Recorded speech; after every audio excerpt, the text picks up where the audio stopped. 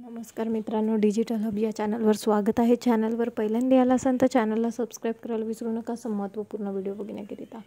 तर लाडकी बहीण योजनेत तुम्ही फॉर्म भरला असेल, तुमचा फॉर्म रिजेक्ट किंवा डिसअप्रूव्ह झालं असेल आणि एडिटचं ऑप्शन येत नसेल तर त्यावेळी काय करायचं ते आपण या व्हिडिओत बघणार आहोत।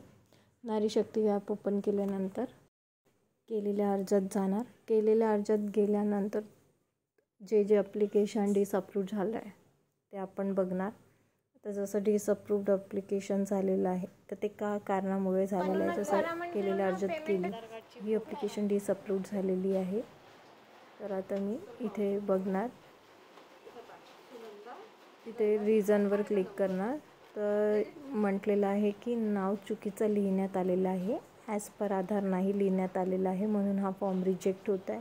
किंवा फॉर्म मराठीतही भरला असेल तरी तो अप्रूव्ह होईल असं अधिकाऱ्यांनी सांगितलेलं आहे। त्याच्यानंतर जर तुमचं डॉक्युमेंट्स अपलोड करताना तुम्ही दोन्ही भाग जोडले नसतील म्हणूनही तुमचा फॉर्म रिजेक्ट झाला असे कारण तुम्हाला इथे लिहून मिळेल रिजेक्शन रिझनमध्ये की कशामुळे तुमचा फॉर्म रिजेक्ट झाला आहे। तर ज्यांचे फॉर्म रिजेक्ट किंवा डिसअप्रूव्ह झाले आहे ते पुन्हा अर्ज करू शकता।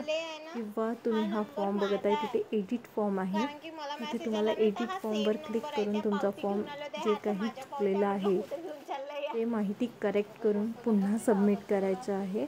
तर अशा प्रकारे तुम्ही तुमच्या रिजेक्ट किंवा डिसअप्रूव्ह फॉर्मला पुन्हा प्रोसेसमध्ये टाकू शकता। व्हिडिओ आवडला असेल तर लाईक, शेअर आणि सबस्क्राईब।